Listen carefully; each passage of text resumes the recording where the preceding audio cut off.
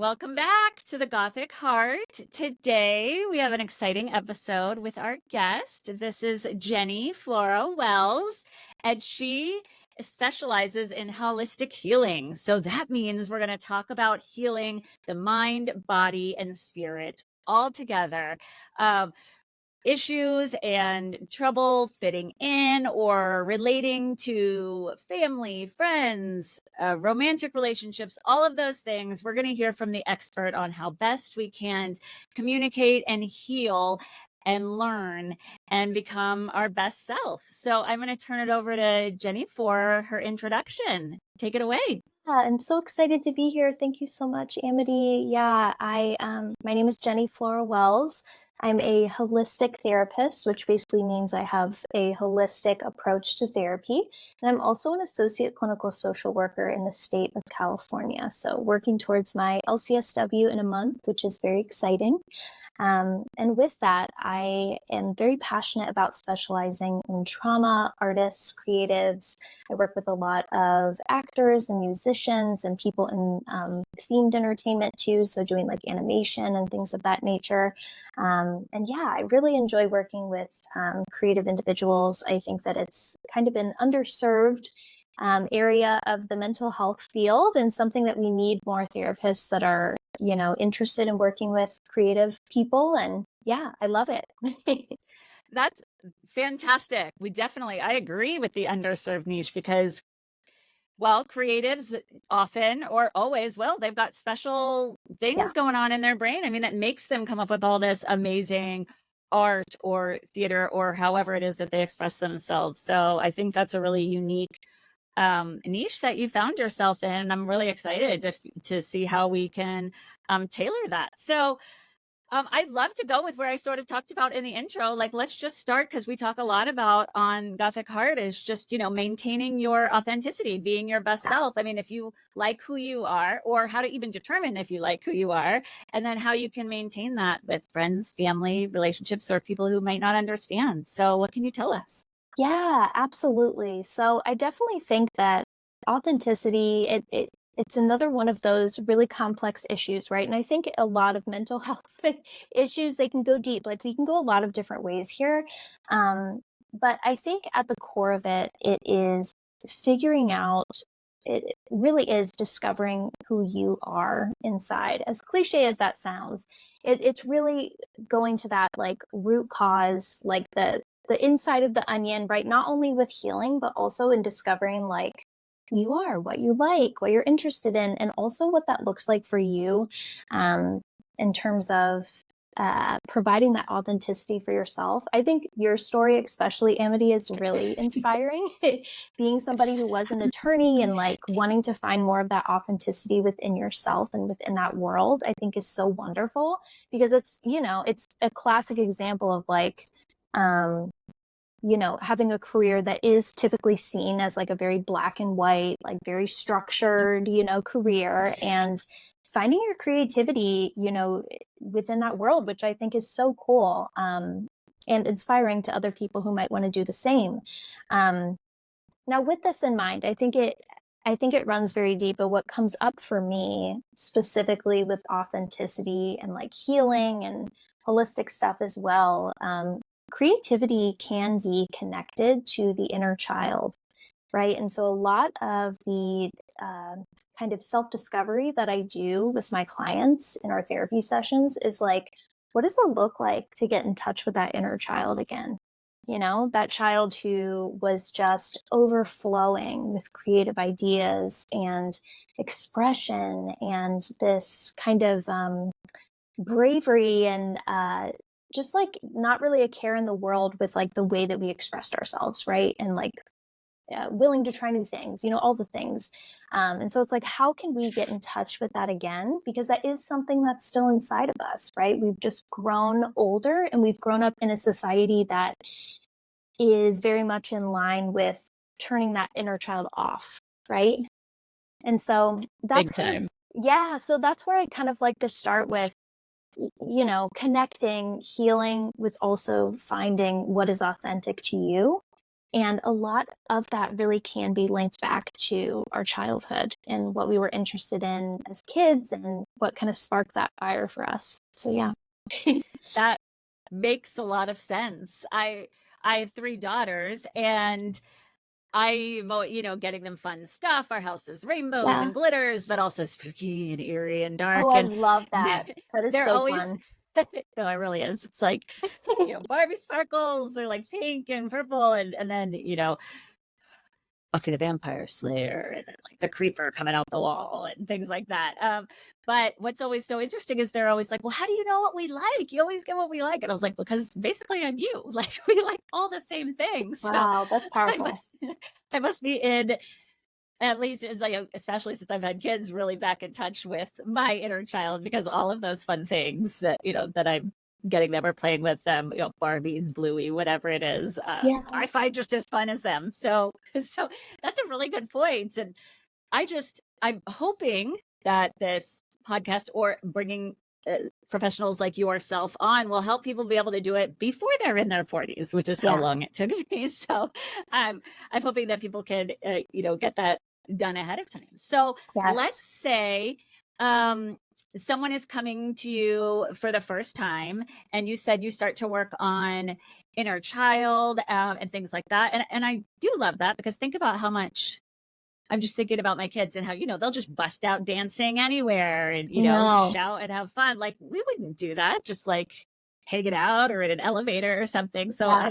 I love that piece, thinking about what you said. But so that's where you start. Once someone is in touch, or they're feeling better and they're feeling good Ah, about themselves, then what do you suggest they do for the people around them that may not be as happy with their new persona or their newfound self? oh, I love that question. Yeah, and that's definitely such a huge piece, right? Not only with creativity, but just being authentic to yourself too, right? Like however that looks like for the individual. And obviously, that's where boundaries come into play. That's where kind of these parts that come up within us of doubt and shame of expressing ourselves and of being, genuine to who we are.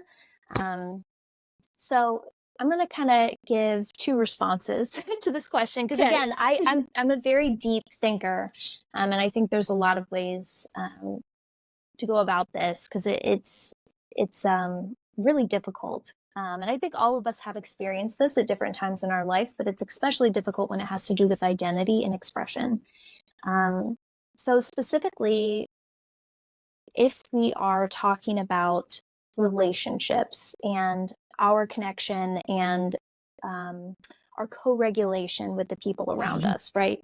Kind of coming back to that somatic approach and holistic approach, we are constantly soaking in the energy and the facial expressions of other people. So even you and I talking right now, we are co-regulating, right? Like I'm smiling, you're smiling, right? We're having a good time.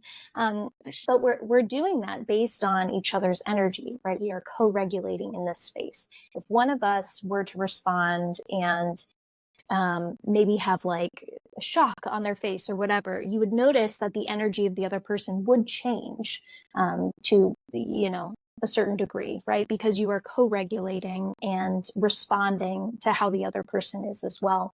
So, with this in mind, if you are somebody who is trying to express yourself, finding happiness, with what feels authentic to you, and the expression that you're getting from other people is a different type of energy, what's going to happen? That's going to affect how you're feeling. Mhm. And That also, doubt and yes, shame you and just then the said. doubt and the Mhm. shame come in, right? So, here's me connecting these together. Um, so, that's kind of the first thing, right? Is like, how is it affecting us? Right. Because at the end of the day, there are things that we can do with setting boundaries and, having conversations about authenticity with the people in our lives. And at the end of the day, we can only control ourselves. Right. So that's a lot of what I do in my practice too, is well, boundary setting and connection and having these conversations is incredibly important. It's also important to show up for ourselves and have these inner conversations because we can't control how people respond. So, where I would go then with this shame, right, and this doubt that's coming up with being authentic to ourselves and having this expression and doing what we love is I do something called internal family systems or parts work. So, the terms are used interchangeably, which is why I provided both, but it's typically called internal family systems. And basically, it is all about the multiple mind. So instead of looking at a person as only having this one brain, right? You typically hear, therapists saying like, "Oh, you feel this way. You're feeling anxious, you're feeling depressed, feeling shame."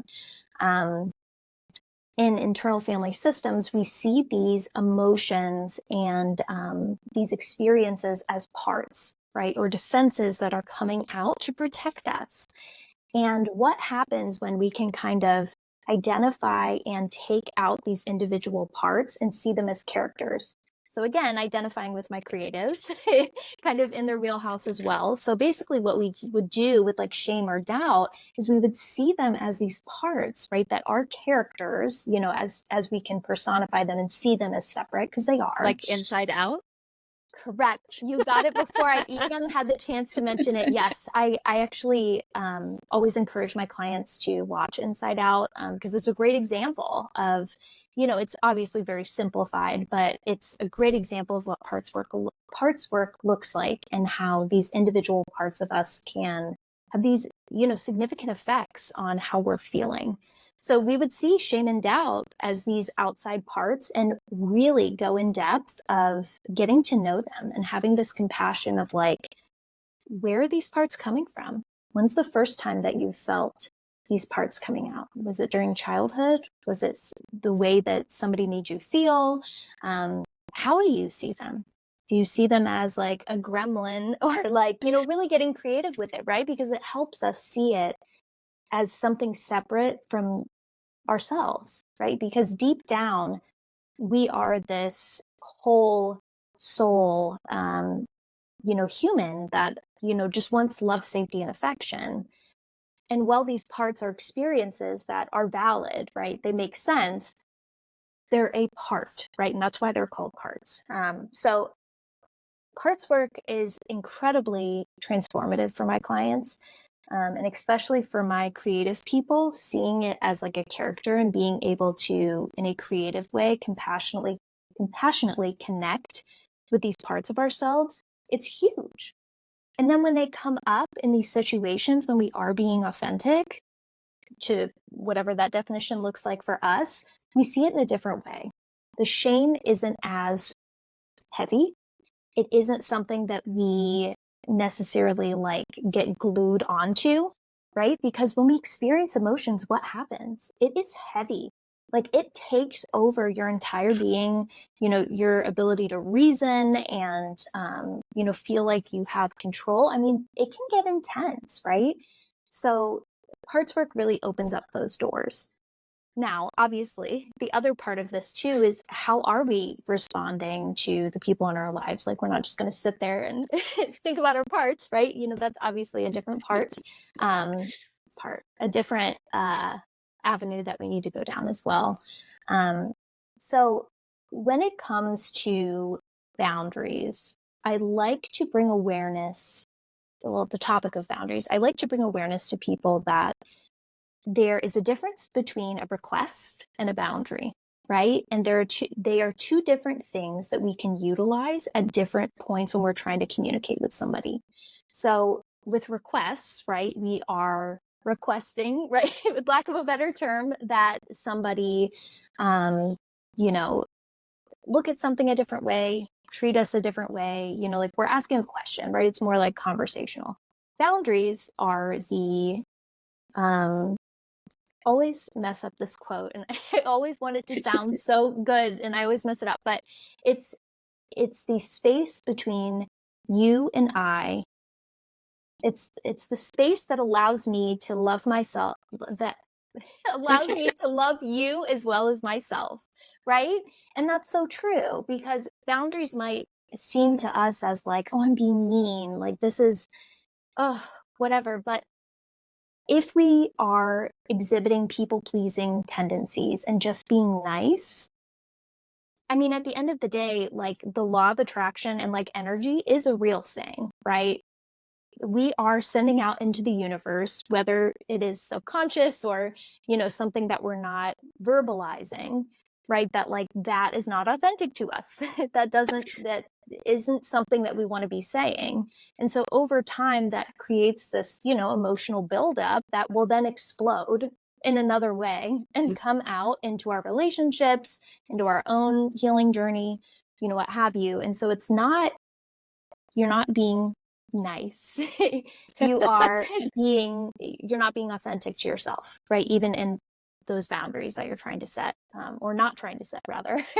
um, so, with boundaries in particular, if it gets to that point, which it does for a lot of Mm. people, when they do make that request, right, and it's not respected, is I really love to use something called the assertiveness script. And this can be used for like in general communication, boundary setting, literally anything, even in situations where like you feel really emotionally activated and you don't want to take your emotions out on the person that you're speaking with, right? Because a Mm. lot of us, I mean, all of us are guilty of that, right?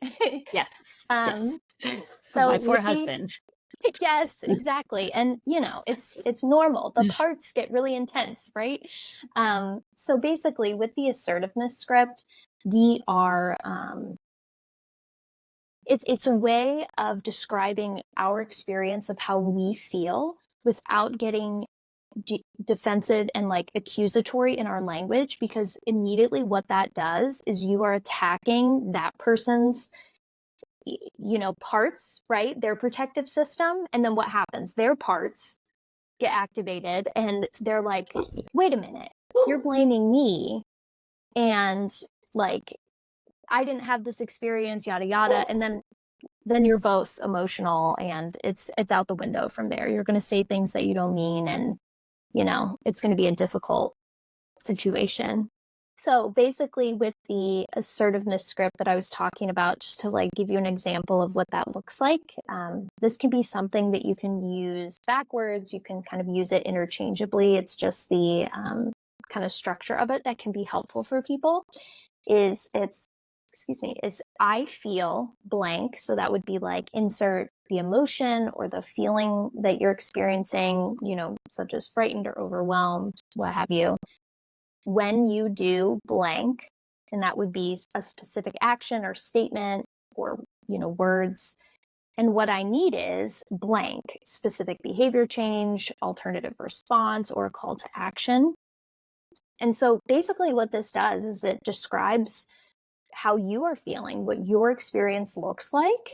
So you can express that and be communicative and be very direct about how you feel. And you're not accusing that person of specifically doing that, on purpose or, maliciously. It's more of like a way to just really communicate what you need to communicate and take out the emotion and the accusatory language. This is very effective because when you describe how you're feeling, you're not attacking the person. So yeah, I love it. But I've said a lot, so I'd love to hear Well, your thoughts. I'm just wondering, I mean, I love where you went with that, and I think that's amazing. Just a side note for me, like, it's so interesting how I see everything you're saying in so many different ways. Like, Yeah. weirdly enough, like, I'm not even applying it to myself. And maybe because I feel like I found my authenticity, but I keep thinking about my kids and my Yeah. husband and things like that. So it applies in so many different ways. But what I'm thinking is, okay, so we've got this appropriate way of communicating without attacking. Um, but what sort of response are we looking here? Because, well, not looking for, but I could see, um, a typical boomer response. Well, it's just Yeah. because I was a bad, oh, so I'm the worst parent there ever was, or whatever. Or someone will be like, "Ugh, you always think the worst of me," or things like that. So, how do we continue that communication if we are not someone's not seeing it or not getting the response? And Yeah. obviously it's not a one-off, it's not someone we're ready to kick out of our lives right away. So where do we go from there?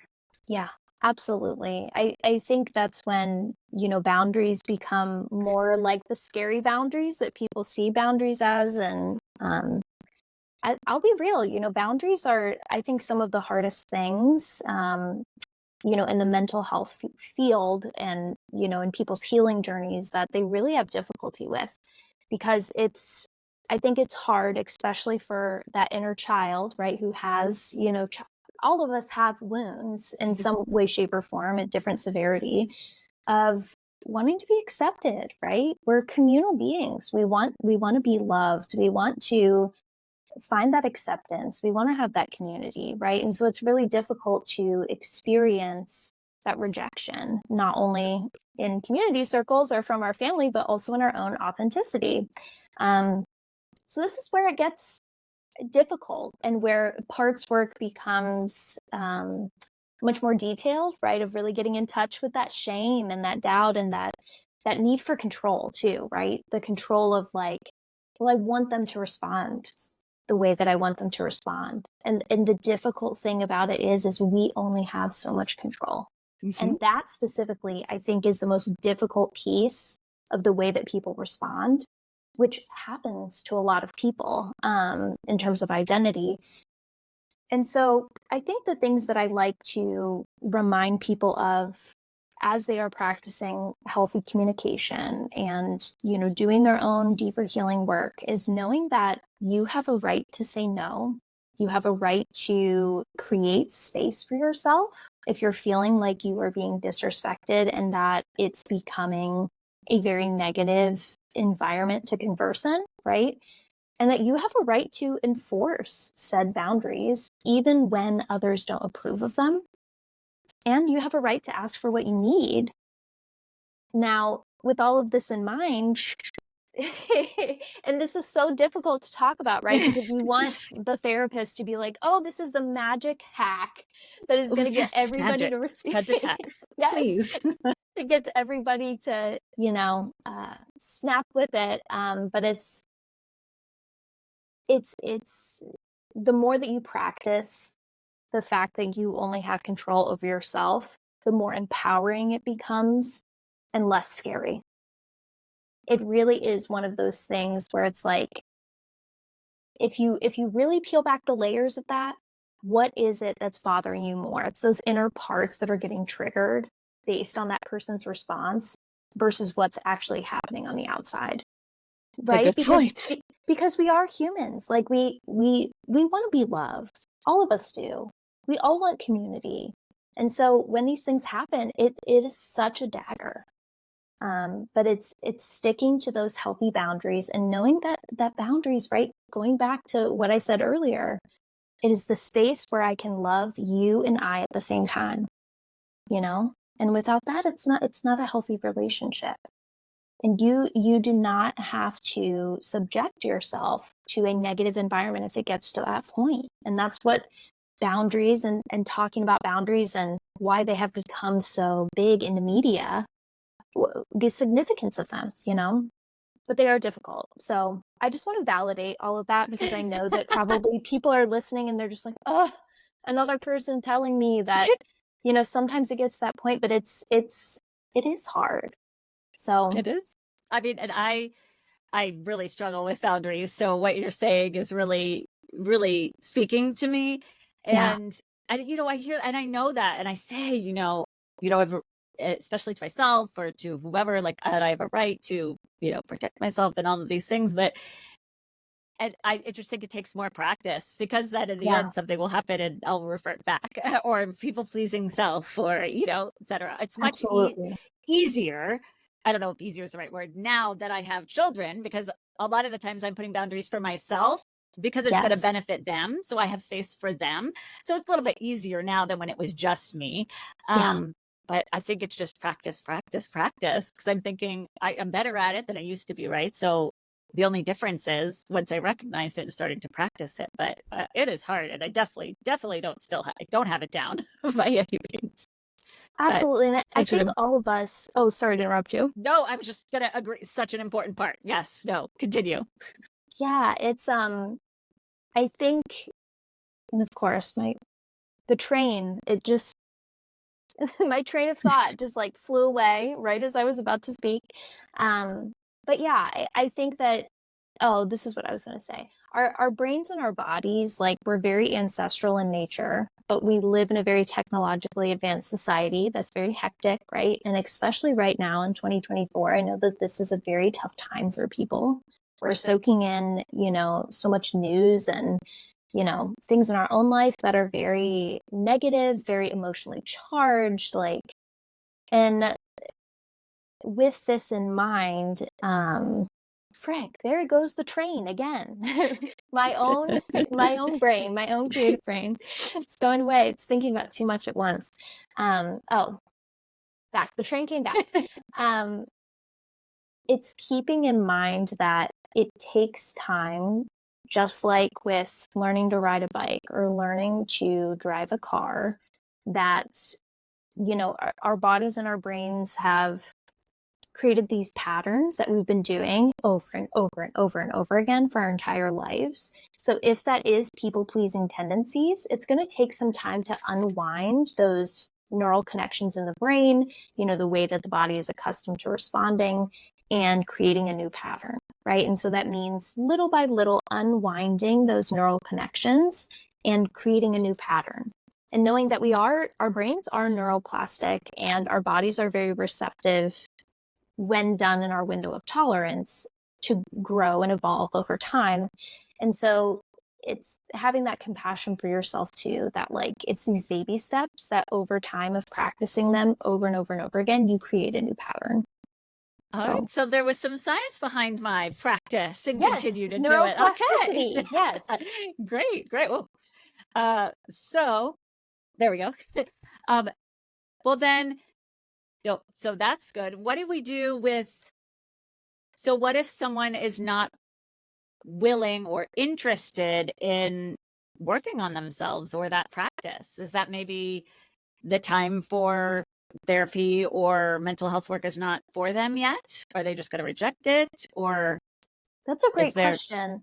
So when you say that, are you talking about maybe somebody who is like aware of boundaries, they're aware of like therapy and healing, but are kind of at a point where they're like, I don't need it? Or is it more so about like, I feel like I can't do it? So I don't breaking think that it's down. either. Or what, I mean, obviously, yes, there's those people, but Yeah. I think meaning is, what if it's someone who's just like, well, you know, life makes me do all these things and nothing's going to fix that.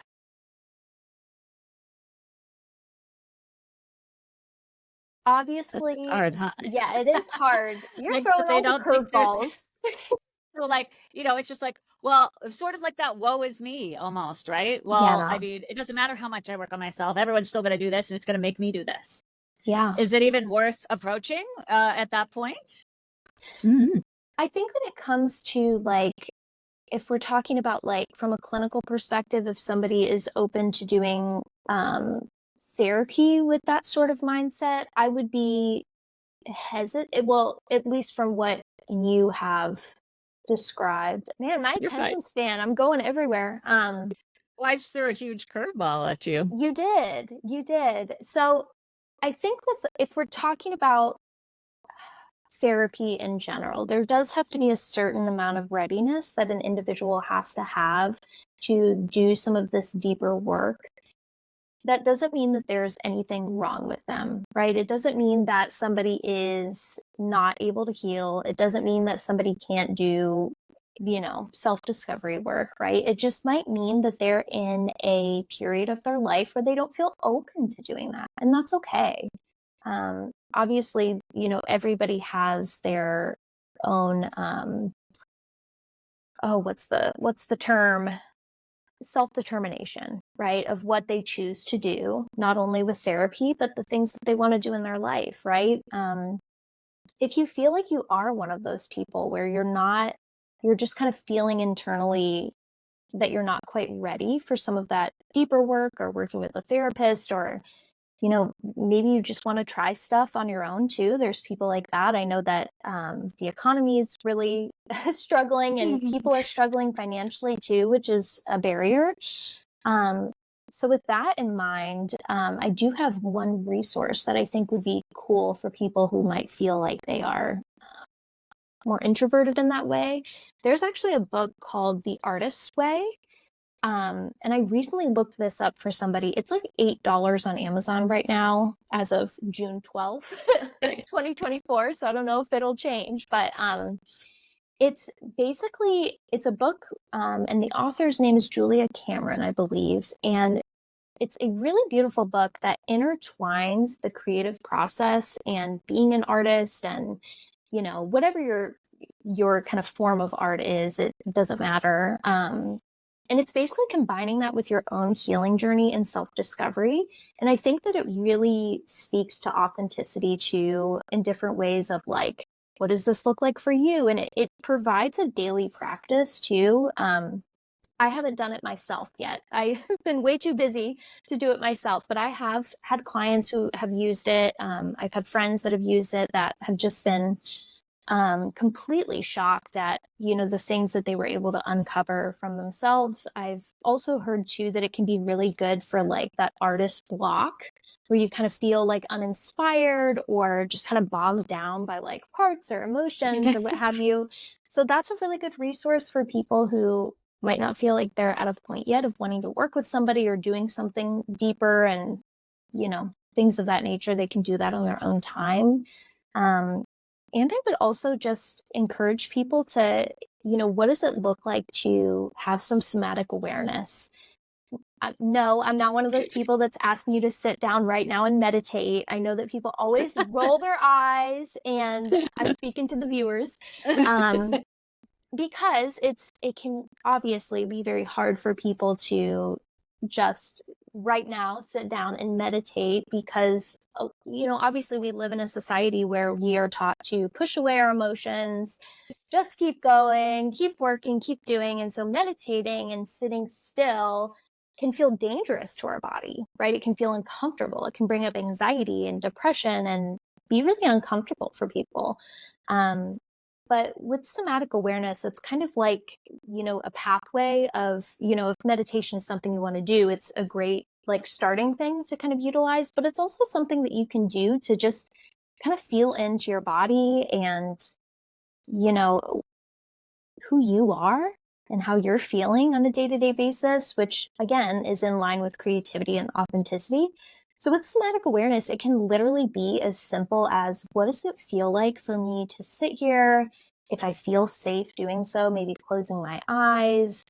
And what am I feeling in my body? Like literally, this can be like a 2-minute practice.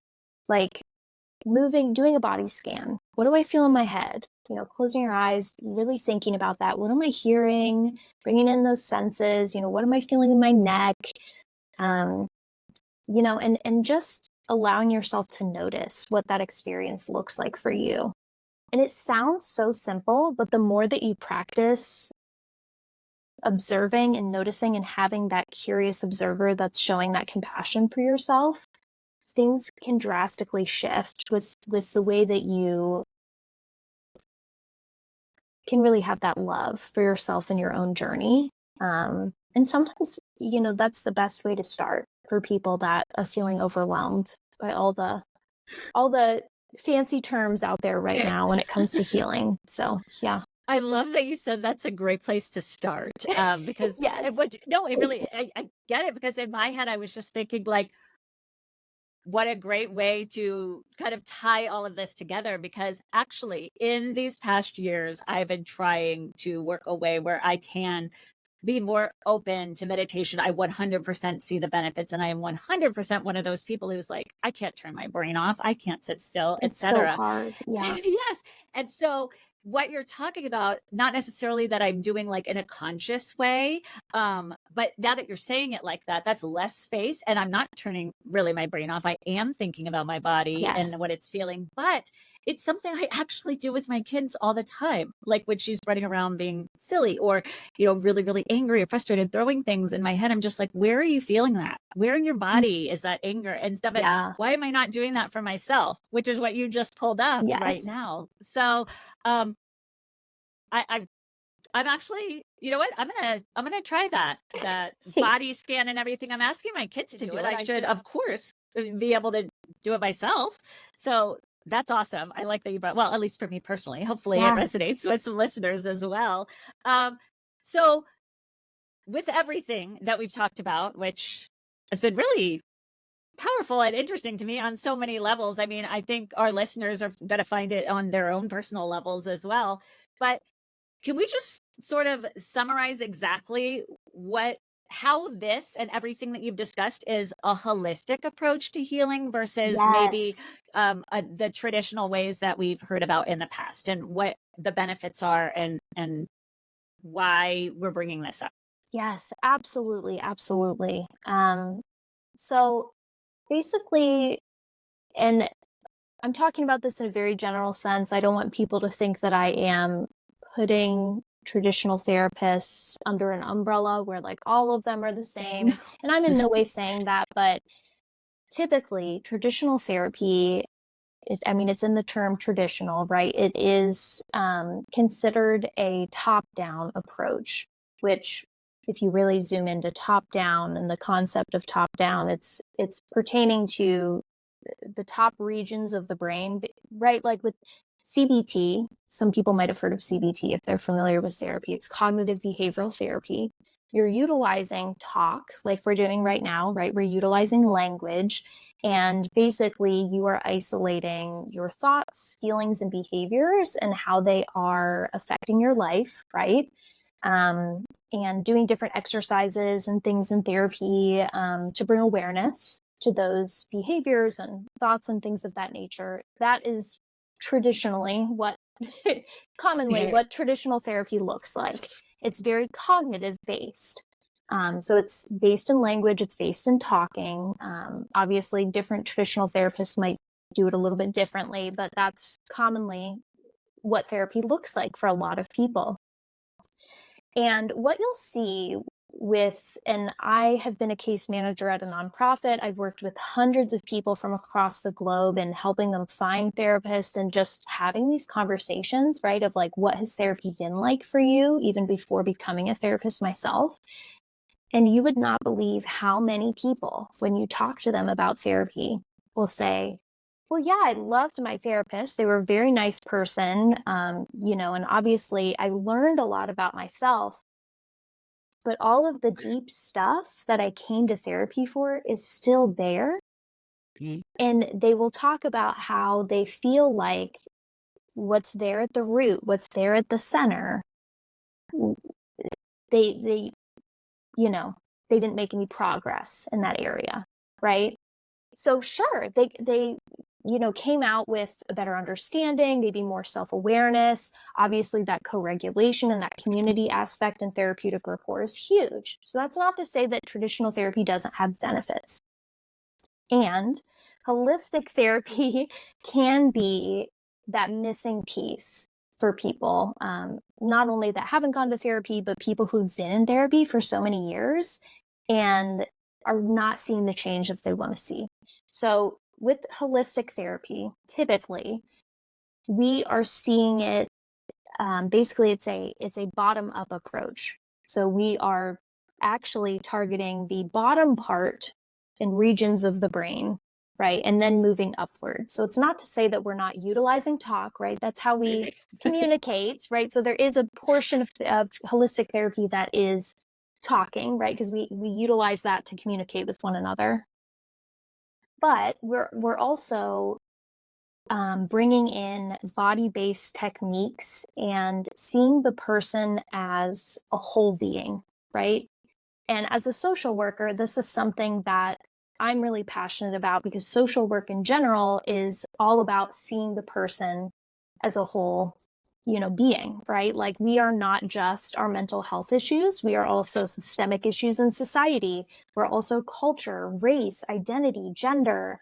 We're artists, we're creatives, we're people that have a more mathematical brain. I could go on, but there are all these different things that contribute to the mosaic, the musical composition of being a human, right? We are mosaics. We also bring in everything from intergenerational trauma, right? What's the trauma that our mother experienced, our grandmother, her mother? We inherit all of it. All of that comes in the family lineage to ourselves in some way, shape, or form. And so in my eyes, and this is just my opinion, I think we're doing the client a disservice by not recognizing all of the things that makes them a human and individualizing treatment plans to specifically meet their unique needs, their learning style, their interests, their hobbies, right? When I have somebody who is a creative or an artist, I bring in visuals to describe what I'm talking about. I do a lot of psychoeducation, right? Because I would say most people who come to therapy don't know what you're talking about, right? Because it's like a different language. So there's a lot of therapists that will use all this language, and clients will leave therapy being like, I don't know what she's talking about. And like, how do I implement this into my daily life, right? And adding on to all of this, at the end of the day, the importance to me in being a holistic therapist is helping you discover who your inner healer is, who that inner child is, who you are. So you can go to therapy for a certain period of time, right? And actually go on and be able to heal yourself, right? In my eyes, the goal of therapy is to not be in therapy for your entire life. I think that's doing the client a disservice. And if I'm having the client in just talking, in my eyes, that's not what they need to truly and deeply heal and understand themselves authentically. So yeah.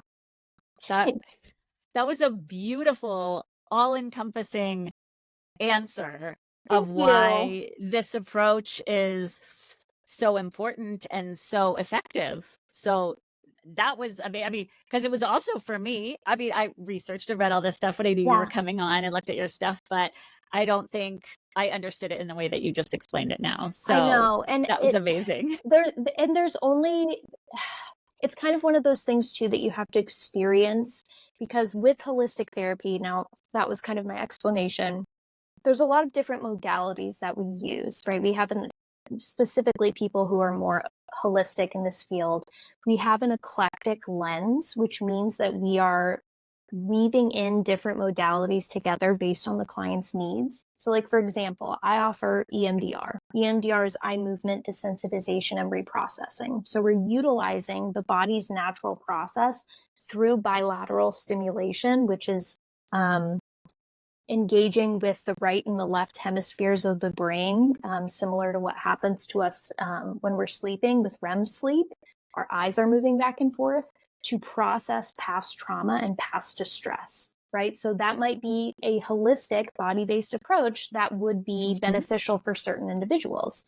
Now, I also offer, meditation, right? We talked about parts work earlier, right? That can be very beneficial.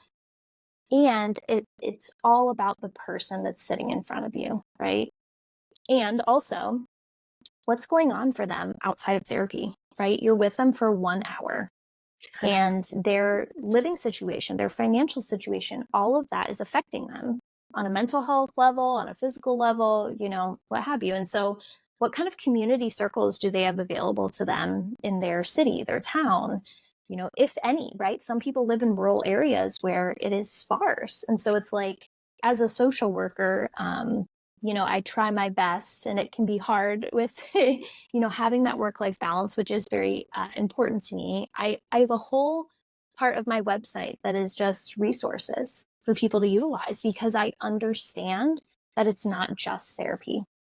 Yeah, It's all about, we're going to link all of that yeah, for all thank of our you. listeners. We're going to link Yes, it and it's because it's something that anybody can use, even if somebody isn't in California, somebody's not working with me, anybody can use it. And I'm constantly adding new resources to it, because I believe in as much accessibility as I can, and making these things uh, available to people, right? Because there are things out there that we can utilize that can help in our healing journey, even if we don't have the financial means, the time, right? You being a mother, you understand, being a mother, having, additional responsibilities. There are people out there with multiple jobs right now who are barely making ends meet. And they're sitting here like, well, I want to heal, but I can't right now.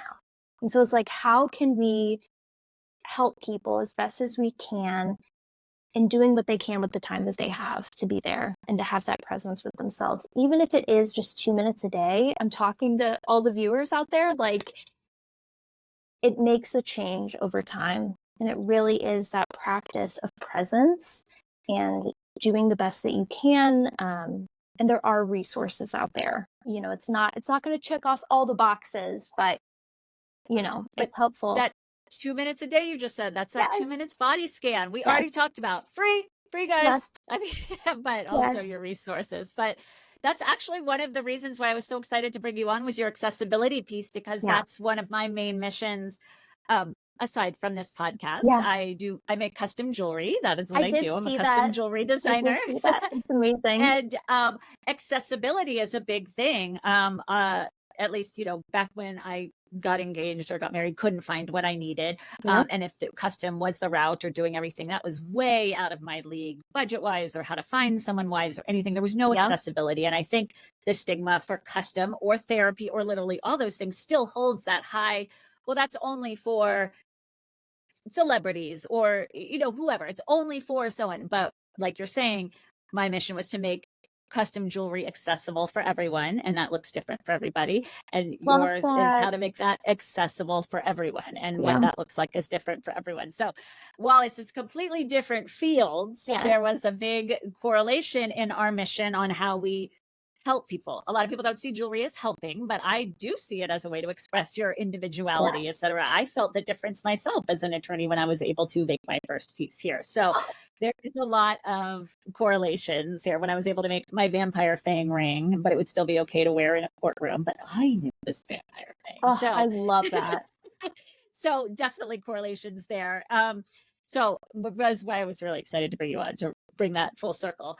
I The love that. last thing that I want to, because I could literally talk to you for like the I rest of the know. day, I know. right? I And get could all talk this to you too. free information and advice and all these things, but we're not going to do that. So lastly, I just want you to sort of go over, I know you do a lot of online work, so that helps with your accessibility. Yeah. Definitely, right? For rural areas like you were talking about, or people in other states. So if you could just sort of sum up like how you're available, where you're Yes. available if our listeners want to contact you, and sort of what kind of things you can do to help, and just so they know, because people are going to ask. So Yes, absolutely. So, and I know the therapy world is very confusing. It's hard to find a therapist. It's very just a lot for people.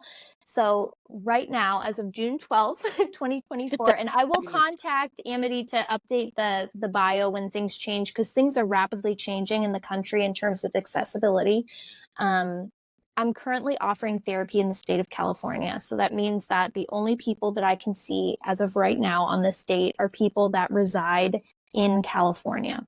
Now, I am about to get my LCSW, start my practice individually, and get a license in Ohio.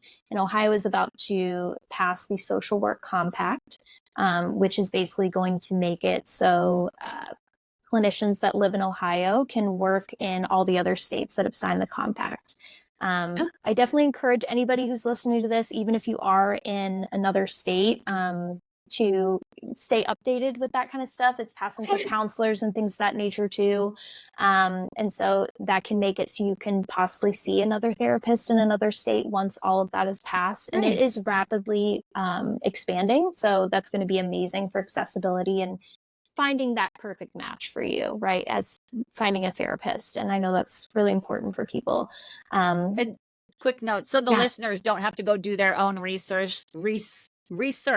We'll make sure that we keep the notes for this podcast updated as far as your information. Yes. If you are expanding past California or Ohio or what's happening, so that Absolutely. And people I can will find. reach out to you to update that. And of course, my website is accessible for all people, whether or not you want to seek out therapy or not. I'm rapidly expanding on my resources page. And I also have a professional TikTok that I have been trying my best to utilize as an accessible space, right, where people can go for these little tidbits of tips and practices and things of that nature that they can implement into their routine. So I will send that over to Amity too. And Oh yeah, we're going to and link yeah, all of that. yeah. Okay, great. Last question. Do you have, I mean, for someone who may not fit in the states that you're able to help right now, do you have connections in other places, or is that part of the resources on your website for them? Oh, that's a great question too. So I would definitely and obviously this gets very complicated, right? Because some people seek out therapy out of pocket, some people do insurance, Oh, and right. all of That that does get is, complicated. yeah, it's a lot.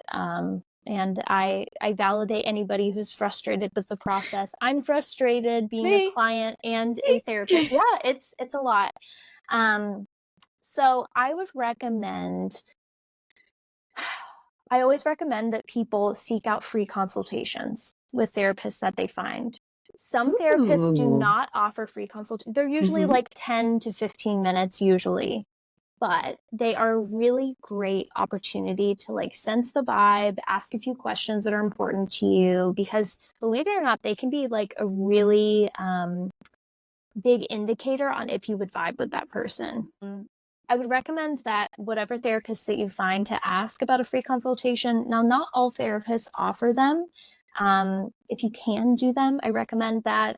Some different places that you can search for a therapist, especially if you are limited on like budget or you really want to find somebody that's in network with your insurance.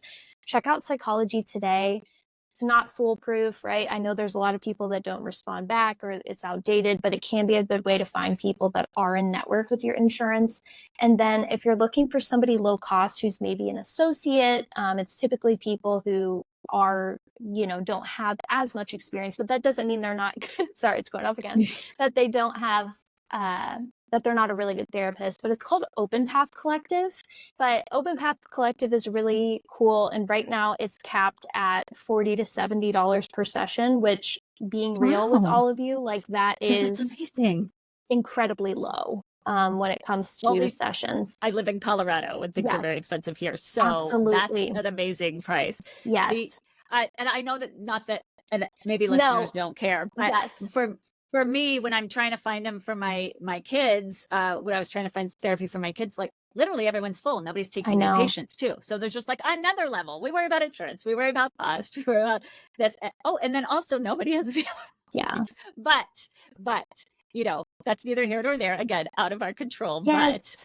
it's just crazy how, like, as a society, we want to work on ourselves, especially nowadays. Maybe not, 50 years ago, but nowadays we want to work on ourselves. Yet there's so many barriers, right? There So I really love the are. accessibility. There really are. And to anybody listening too who's like really frustrated with the process, and anybody that might be listening to you thinking like, oh, therapy, I'm totally against therapy. Therapists have made it so difficult for me to seek out care because they make their rates so expensive and stuff like that. You're valid for feeling that way. And it's the insurance companies and If- it's these higher ups that are making it difficult, because therapists don't get that full fee.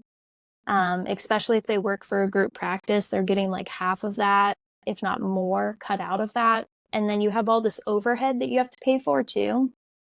And you can't see like 7 people a day, because that would be 7 straight hours of like intense connection, right? Which is like a lot on people. And they when would, you have to take care of yourself, the yes, all this that's getting exactly. put on you, Yes, right? and so people forget that too, that it's like, and I totally get it because I've been a client myself, and I'm like, why are they charging so much? But it makes sense if you really do the breakdown. But I mean, therapists in Sure. general do not make, typically they don't make it, an arm and a leg. It's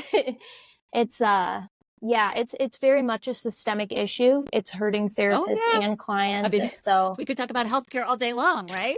yeah, Oh boy. But the most important part of it is that there are therapists like you. They may be hard yes, to find, but they are out there that are providing more accessibility and resources and ways to help. Your TikTok thing, like little yes, tidbits, or that 2-minute body check that we just talked about today. So it does exist. And you yes. are a first step in finding it for anyone that's listening. So Yes, and yeah. and my last thing to anybody who's looking for a therapist that might have a similar approach, looking for somebody who has the word eclectic or individualized or person-centered are really great starting points, or holistic. Typically, those are kind of the terms that therapists use to describe that they are more individualized. So yeah, That's a very good tip, yeah, because exactly how were we going to be able keywords. to Yeah, differentiate between the two? So that's amazing. Okay. Well, that's fantastic. Okay. I know we could go on forever, yes, but nobody's going to want to listen to a 5-hour episode. yes. upset me. Um, but I love everything you talked about here. And I know I sort of picked and choose what would apply to our listeners and what we talk about here. But is there Yeah. anything that I missed that oh, there's something I missed. This is completely side note. That's not really applicable, but I'm very excited for Inside Out 2. I think it comes out Oh this my weekend god. because there's anxious or anxiety is one of them. And that is something me and my kid, Oh, I all need of to go us see it. struggle with. I'm gonna go see Yeah. it. So anxiety is one of the new emotions. So I'm super excited to see how they do that. But that was just a side note. Yes, But is there everybody go see anything it. missing? No. Isn't it? But plugging it. But is there anything I missed that you wanted to make sure you let us know? I'm a sucker for this quote, from Ram Dass, but we're all just walking each other home. So showing yourself that extra compassion today, even if it's just for 2 minutes, doing something that you enjoy, doing something that feels authentic to you, I highly encourage you to do so, and knowing that you are loved for being the authentic you and keep doing you. Yeah. That was such a beautiful way to wrap this up. I love it. Well, we are going to have everything linked below, all of your website, your TikTok, anything else we talked about, especially because I did an episode, a solo episode talked about, do you like who you are and how to sort of discover that. And again, I wasn't a professional. It's just how I did it. So we can Yeah. link it to, and now we've got you talking about it, how to do it on a professional level. So I will have all that linked below. I would love it. Listeners, please like, share, follow, subscribe. You know someone who could benefit from something that Jenny had to say today or that we've talked about. And that's how we can keep going on. So thank you all so much for being here. And thank you, Jenny. And we will see you guys next time. Okay.